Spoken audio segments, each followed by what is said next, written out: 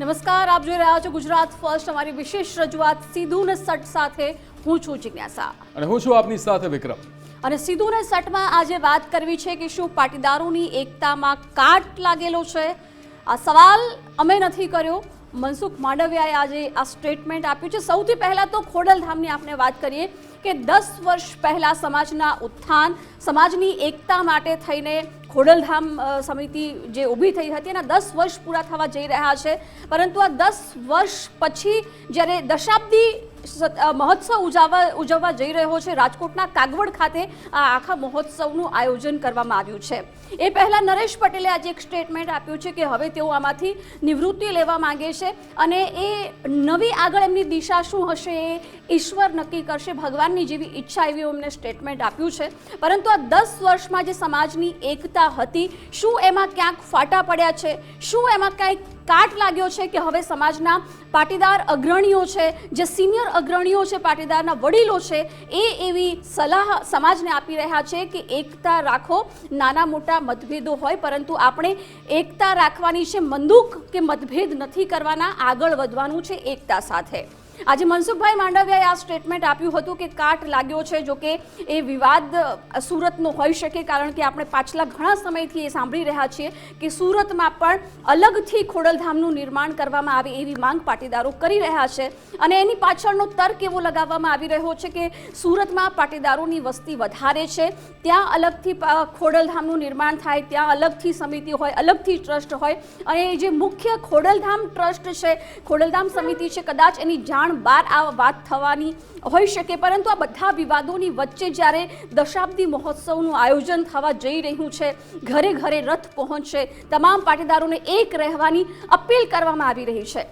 સમાજની એકતા અને સામાજિક એકતાની વાત થઈ રહી છે ત્યારે સમયાંતરે પાટીદાર સમાજના અગ્રણીઓ છે સૂચક નિવેદનો કરતા રહ્યા છે. આનંદીબેન પટેલે થોડાક સમય પહેલા પાટીદાર દીકરીઓને લઈને ચિંતા વ્યક્ત કરી હતી. આજે અનાર પટેલે પણ કહ્યું છે કે એકતામાં રહો, નાના મોટું કંઈ પણ થાય તો એને ભૂલીને આગળ વધવાનું છે. ઓવરઓલ છેલ્લે તો સમાજની એકતા જ કામ લાગે છે.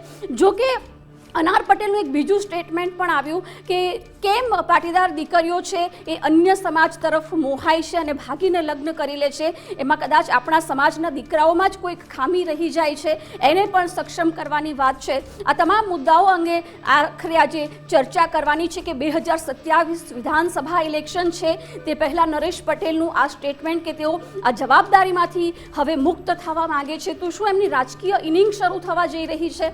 બીજી તરફ એકતાને લઈને વારંવાર વડીલો સૂચન આપી રહ્યા છે, અગ્રણીઓ સામે આવીને આ સ્ટેટમેન્ટ આપી રહ્યા છે. શું ખરેખર આ એકતા છે એ બે ફાટામાં વહેંચાઈ ચૂકી છે? અને હવે જ્યારે દશાબ્દી મહોત્સવનું આયોજન થવા જઈ રહ્યું છે તો શું ખરેખર 10 વર્ષ પહેલાં શરૂ થયેલ આ જે ખોડલધામ સમિતિ હતી એ ફરી એક વખત ફરી એકવાર આ જ એકતા આપણને આગામી સમયમાં પણ જોવા મળશે કે કેમ, એ એક મોટો સવાલ છે. બિલકુલ, એટલે એક સાથે અનેક સ્ટેટમેન્ટ જ્યારે એક બાદ એક સામે આવતા હોય છે ત્યારે પાટીદારોમાં અહીંયા બે ફાંટા પડવાની વાત હોય કે કાટ લાગવાની વાત હોય, અનેક વાર સામે આવી ચૂકી છે. ત્યારે 10 વર્ષ પછી ફરી પાટીદારો હવે એકત્ર થવાના છે. રાજકોટના કાગવડ ખાતે દશાબ્દી મહોત્સવનું આયોજન કરવામાં આવનાર છે.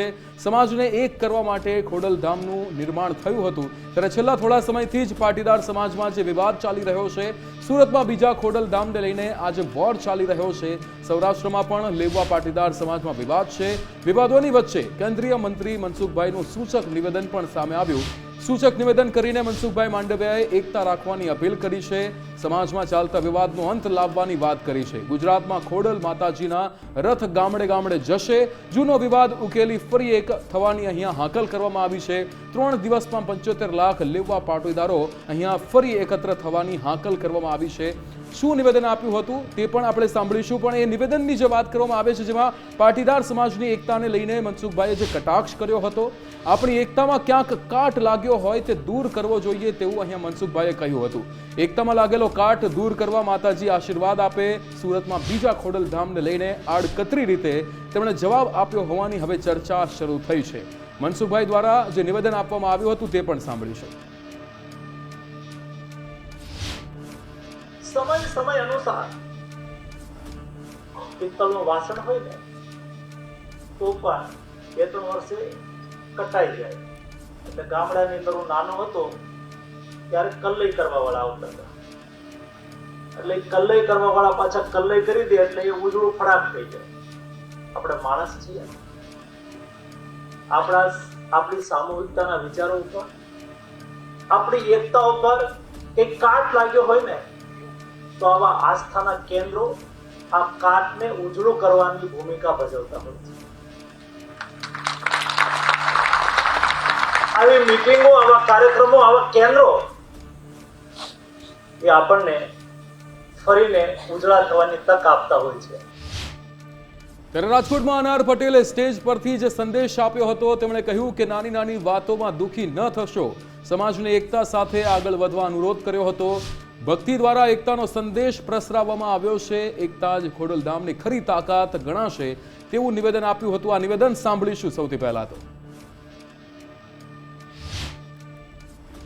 ખોડલધામના વિકાસ માટે જ્યારે એ બહાર ફરતા હોય તો આપણા બધાની હૃદયથી એક જવાબદારી બને છે કે આપણી સંસ્થાને આપણે વધારે ને વધારે આગળ લઈને જઈએ અને એનો જે સંદેશ છે, જે પ્યોર સંદેશ છે, જે પ્યોર હૃદય સાથે આ સંસ્થા જે ઊભી કરવામાં આવી છે, એ આપણે નાની નાની વાતોથી દુઃખી ના થઈ અને સાથે રહી અને આને સક્સેસફુલ બનાવીએ. ત્યારે અગાઉ 11 તારીખમાં કે જ્યારે પાલનપુરમાં અનારબેને જે નિવેદન આપ્યું હતું, એ નિવેદન પર પણ અહીંયા નજર કરવી પડે, કારણ કે એમણે કહ્યું હતું કે પટેલ બોલવામાં કડવા, મીઠું બોલતા શીખવું પડશે. સમાજને તોડનારા લોકોને હવે ઓળખવા પડશે. સક્ષમતાના અભાવે દીકરીઓ બીજા સમાજમાં જાય છે. દારૂડિયા રખડતા યુવાનોને કારણે દીકરીઓ બહાર જાય છે. સમાજ બગાડતા દરેક તત્વોને બહાર કાઢવા પડશે. અત્યારે ઘેર ઘેર નેતા છે, ઘરે ઘરે બધાને મોટા થવું છે. ગઢમાં સરદાર પટેલની પ્રતિમાનો અનાવરણ કાર્યક્રમ હતો, જે દરમિયાન તેમણે આ નિવેદન આપ્યું હતું. એ નિવેદન શું હતું એ પણ સાંભળીશું. આપણે સમાજને ના તોડીએ, આપણે સમજીએ કે સમાજને તોડવાવાળી વ્યક્તિઓ કોણ છે અને કોણ કેવી રીતે એની વચ્ચે ભૂમિકા ભજવે છે. આપણે પટેલ છીએ ને એટલે થોડા બોલવામાં કડવા, બોલવામાં થોડા રફ, ઘણીવાર વિવેક ચૂકી જઈએ કે આ બોલાય કે ના બોલાય. તો આ બધી નાની નાની વસ્તુ છે જે નવા જમાનામાં આપણને શીખવી પડશે.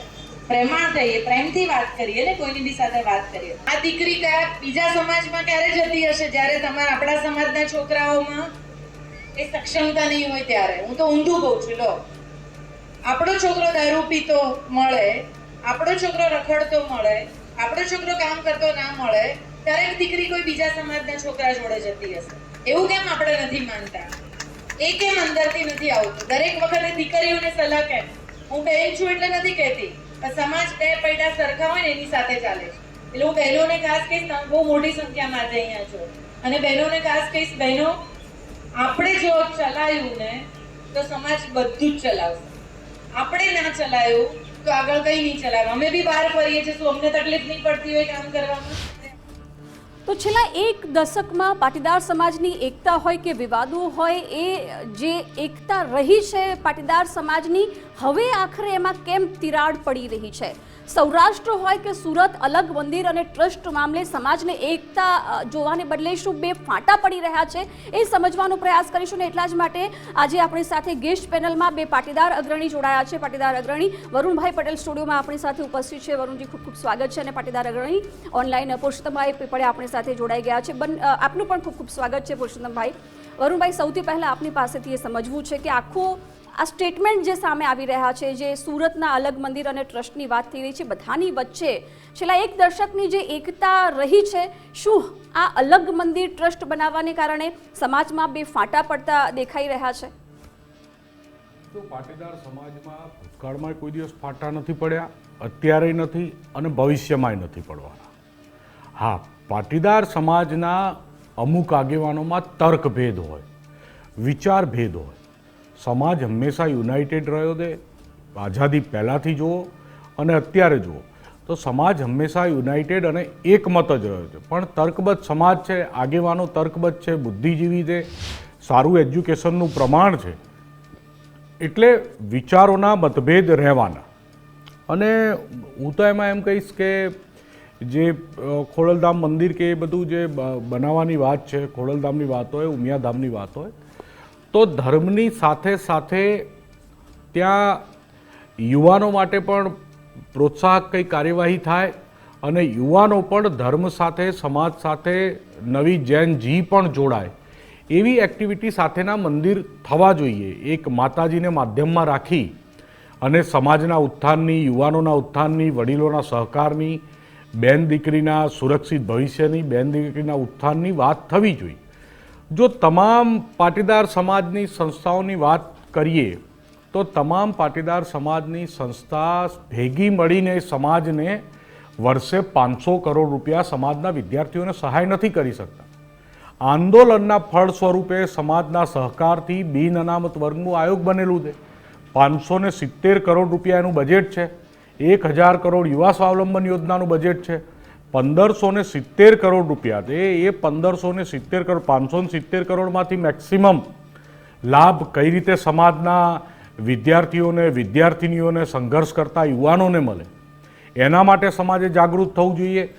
અને ભવિષ્યમાં આ બધા સમાજના આગેવાનો ભેગા થઈને સમાજ માટે સંઘર્ષ કરે છે. પણ આટલા સંઘર્ષ કરીને પણ તમે 500 કરોડ રૂપિયા નથી કરી માગી શકવાનો. તો એના કરતાં હું તો કહું છું કે ચલો બધા આગેવાનો સાથે સરકાર જોડે પૈસાની, વિદ્યાર્થીઓના ઉત્થાનમાં ક્યાંય બજેટ ખૂટતું હોય તો સરકાર જોડેથી 570 કરોડનું બજેટ 1100 કરોડનું કરાવીએ. સરકારની જવાબદારી છે ગુજરાતના કોઈ પણ સમાજના, ગુજરાતના કોઈ પણ વિદ્યાર્થીઓની સુખાકારી માટે, એના ભવિષ્ય માટે કાર્યવાહી કરવી. તો આપણે બધા ચલો સરકાર જોડે જઈએ. 570 કરોડ રૂપિયા ઓછા પડતા હોય, એની પોલિસીમાં ક્યાંય ખામી હોય તો સરકાર જોડે કેમ ના માગીએ? સરકારની જવાબદારી છે. ગુજરાતના વિકાસમાં સરકારને સહકારમાં પાટીદાર સમાજનું ખૂબ યોગદાન છે. આપણો તો એક આગવો અધિકાર હું માનું છું સરકાર જોડે. તો એમાંય આપણે માંગણી કરવી જોઈએ. અને બીજી જે આ સમાજને રિલેટેડ જે એક્ટિવિટી થાય છે એ એક્ટિવિટી સમાજના આગેવાનો પોતપોતાના તર્ક પ્રમાણે કરતા હોય છે અને એમાં ક્યાંય ખોટું નથી. એક જે નિવેદન આપ્યું હોય કે કોઈ નિવેદન હોય તો એ વ્યક્તિગત નિવેદનો હોય છે. એ નિવેદન હું કંઈ વરુણ પટેલ કોઈ નિવેદન આપે તો એ આખા સમાજનું નિવેદન નથી, કે મારા વડીલ મુરબ્બી પુરુષોત્તમભાઈ કોઈ નિવેદન આપે તો એ સમાજનું નિવેદન નથી. પણ 100% અમે સમાજ વતી એક સમાજના યુવાન તરીકે, એક સમાજના વડીલ તરીકે એક લાગણી વ્યક્ત કરી અને લાગણી વ્યક્ત કરી એ અમુક અંશે 2-5% લોકોને લાગુ પણ પડતી હોય. પણ એ વાત ખાલી ને ખાલી સમાજના 100% વર્ગની કોઈ વાત હોતી નથી. સમાજના 2-5% વર્ગને ટકોર કરવા માટે પણ સમાજના ઉદાહરણો અપાતા હોય છે. એટલે બાકી તમે મૂળભૂત રીતે નો ડાઉટ કે અમુક રાજકીય રીતે સ્વાર્થ હોય, અમુક બિઝનેસની રીતે સ્વાર્થ હોય, એમાં 1-2% લોકો આખું અલગ એટમોસ્ફિયર ઊભું કરીને અલગ વાતને ડાયવર્ટ કરતા હોય કે કરતા હોય, એ વિષય અલગ છે. બાકી પાટીદાર સમાજ તો ખૂબ લાગણીશીલ, સાથે સાથે ખૂબ સમજુ, બુદ્ધિજીવી અને એજ્યુકેટેડ અને મહેનતથી આગળ આવેલો સમાજ છે. એ પોતાની રીતે યુનાઇટેડ છે અને રહેવાનો. પણ વરુણભાઈ, 1-2% લોકોની વાત હોતી તો અલગ હતી, પણ વડીલો આવીને જો સ્ટેજ પરથી, જાહેર સ્ટેજ પરથી આવું સ્ટેટમેન્ટ આપી રહ્યા છે. ઠીક છે પુરુષોત્તમભાઈ, આપની પાસે આવું છું. મનસુખભાઈ એવું કહે છે કે સમાજમાં કાટ લાગ્યો છે અને દૂર કરવાનો છે, એટલે આ એક મોટું સ્ટેટમેન્ટ કહેવાય. અનારબેન પણ કહી રહ્યા છે કે સમાજે એક રહેવાની જરૂર છે. તો શું આ ખરેખર છે એ માત્ર વૈચારિક મતભેદ છે કે પછી આ રાજકીય વર્ચસ્વની લડાઈ છે?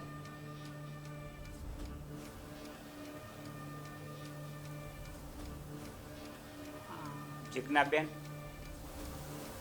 જેમ વરુણભાઈએ કીધું કે પાટીદાર સમાજમાં કોઈ પણ જાતના મતભેદો નથી કે નથી કોઈ હરીફાઈ.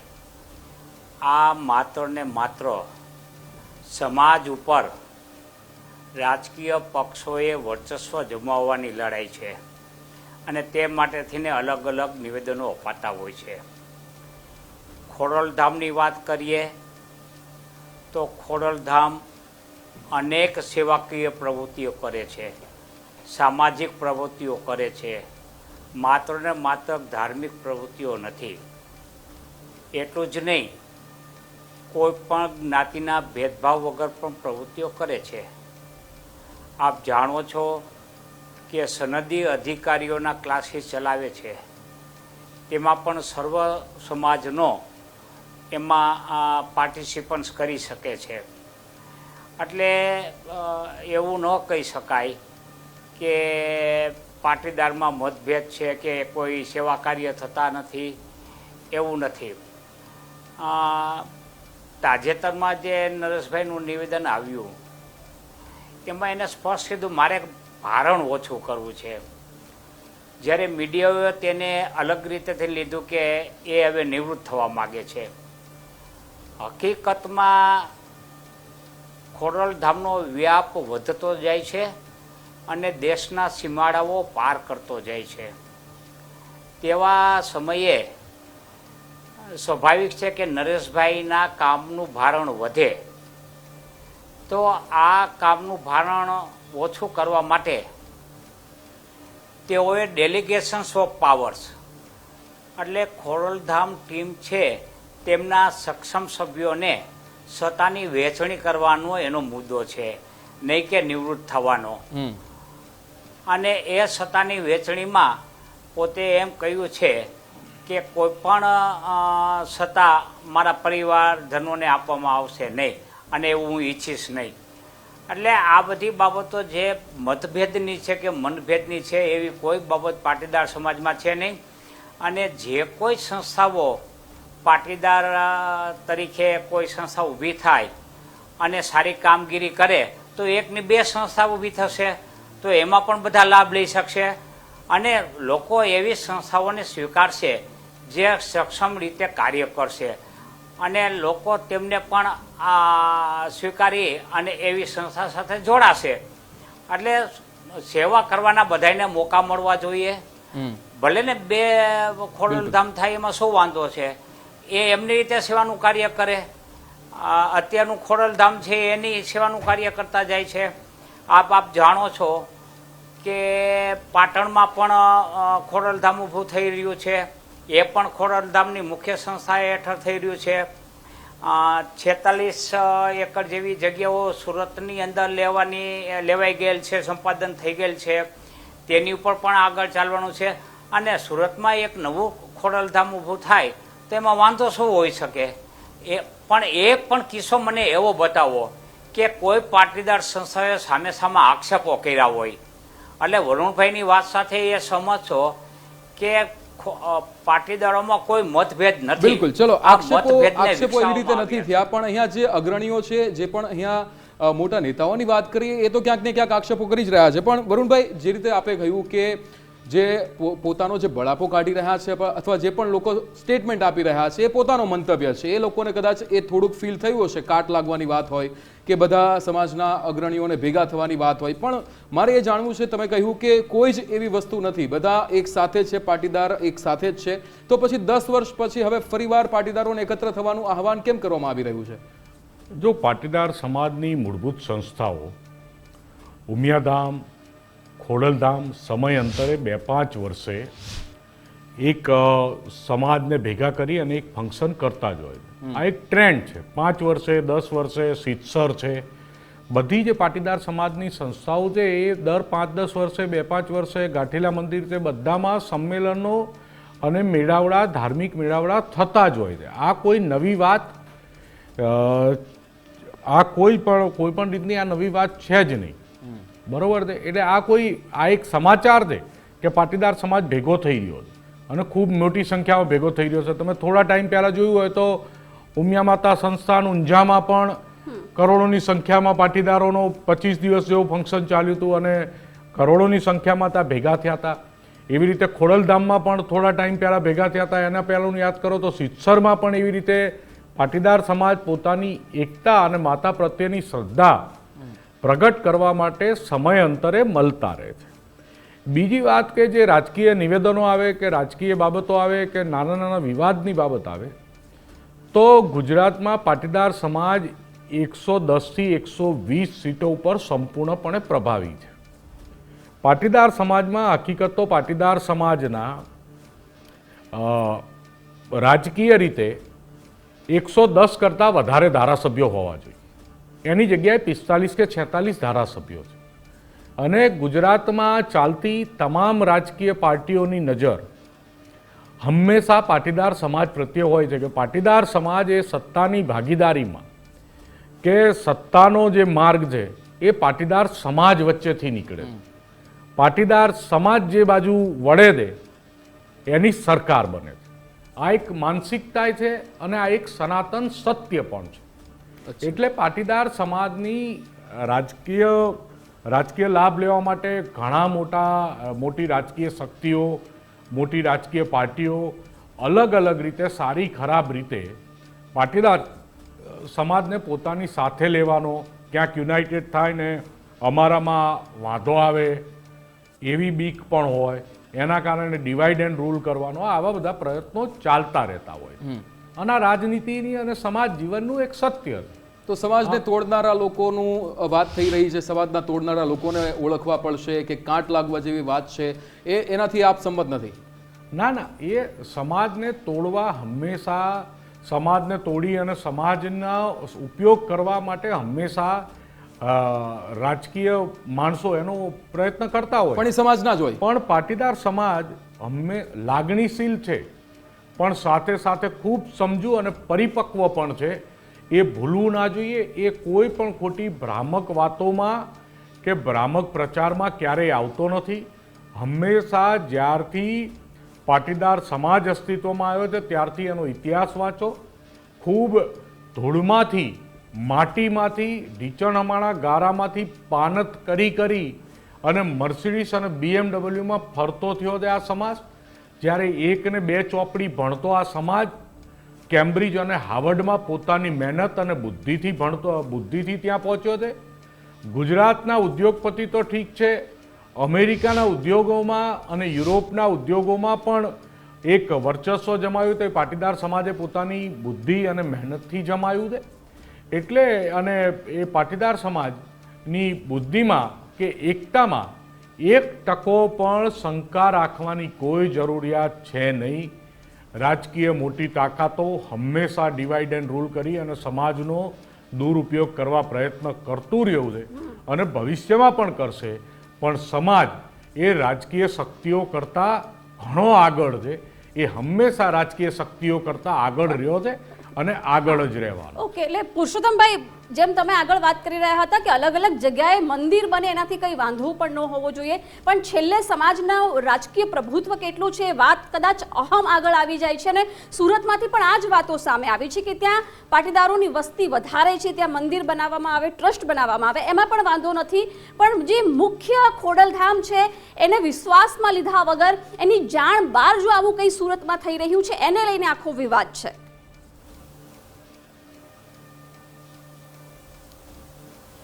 જિજ્ઞાબેન એક પાટીદાર છે, પછી જ્યાં કોઈ પણ પક્ષનો હોય પાટીદાર, અને એક પાટીદાર છે. આ બે વચ્ચેનો ભેદ પારખવો અગત્યનો છે. પાટીદારની હંમેશા સમાજ ઉપર વર્ચસ્વ જમાવવા માટેની આકાંક્ષાઓ હોય છે, અને પાટીદારો છે એટલે એના સમાજ શ્રેષ્ઠીઓ છે, એનો મૂળભૂત ઉદ્દેશ છે એ સમાજને કલ્યાણ કરવાનો હોય છે. એટલા માટે જે પાટીદારો છે એ જ આ વિવાદમાં મુખ્ય કેન્દ્ર સ્થાને હોય છે. તમે સમાજ શ્રેષ્ઠીઓનું કોઈનું નિવેદન જોશો તો ક્યારેય એવું નહીં બને કે વિભાજનવાદી છે. અને બીજું એ છે કે ખોડલધામ ટ્રસ્ટ છે એ ટ્રસ્ટ સ્વતંત્ર રીતે કામ કરે છે, અને એ કોઈ સંઘીય નથી કે એની નીચે અનેક સંસ્થાઓ હોવી જોઈએ અને એની મંજૂરીથી કે એને વિશ્વાસમાં લઈને થાય. મારે જો એક સંસ્થા ઊભી કરવી હોય અને મારી પાસે આર્થિક ભંડોળ ભેગું કરવાની ક્ષમતા હોય તો હું પણ નવી સંસ્થા ઊભી કરી અને લોકસેવાનું કામ કરી શકું છું. મારી સ્વતંત્રતા છે. તો પછી એને ખોડલધામની કોઈ પરવાનગીની કે પરામર્શ કરવાની જરૂર નથી.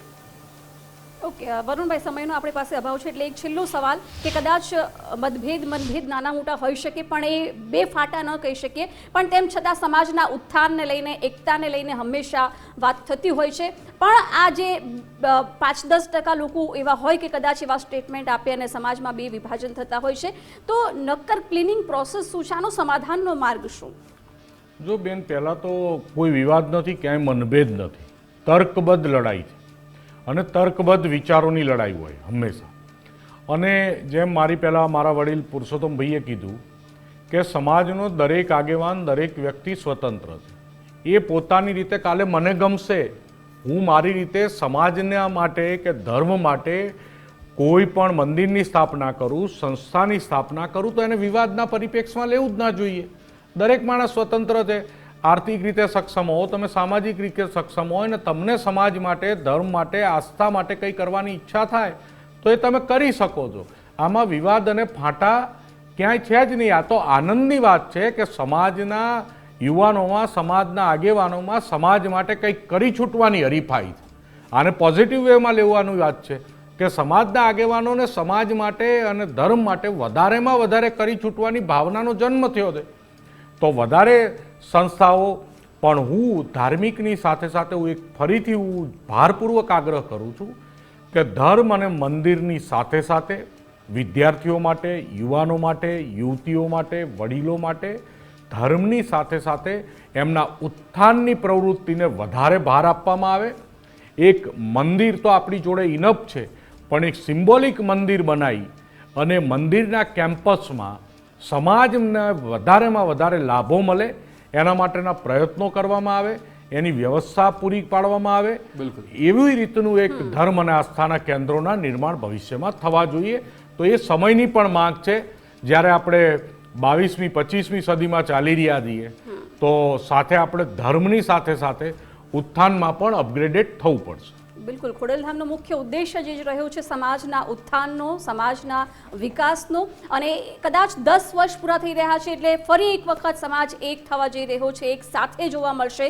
દશાબ્દી મહોત્સવ ઉજવવા માટે જઈ રહ્યો છે. વરુણભાઈ અને પુરુષોત્તમભાઈ બંને આપ અમારી વિશેષ ચર્ચામાં જોડાયા. ખૂબ ખૂબ આભાર આપનો.